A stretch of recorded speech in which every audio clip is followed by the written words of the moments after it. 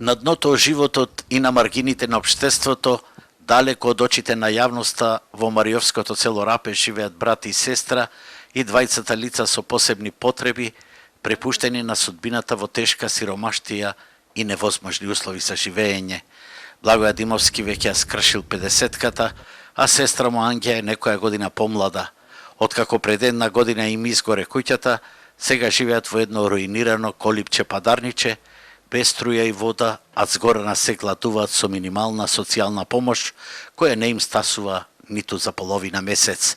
Тие се во стрес од пожарот во кој едва и се спасија. Сама изгоре сега према дрвата, од оспарето, од огно.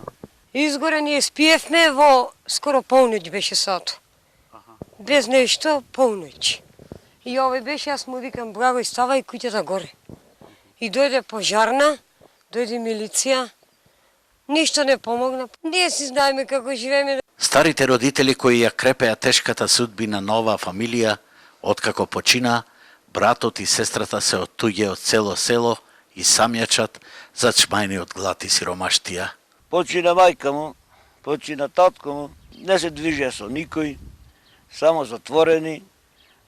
И вака луѓе што ќе му зборнат, ќе му речат шо праш бале, бегаа дома се затвора, не знам како стана така како задивени луѓето.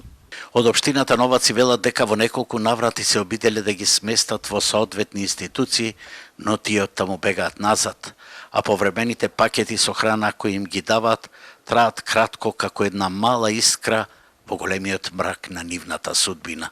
Тие лица не сакат да бидат институционално згрижени. Тие сакат да живеат во Рапеш и никаде на друго место. Заради тоа што се вратија таму, на неколку наврати, ние му дониравме како општина храна. Меѓутоа, то не е решение, ние можеме еднократно, двократно да поможеме од време на време. Меѓутоа, треба институциите тој проблем да го решат.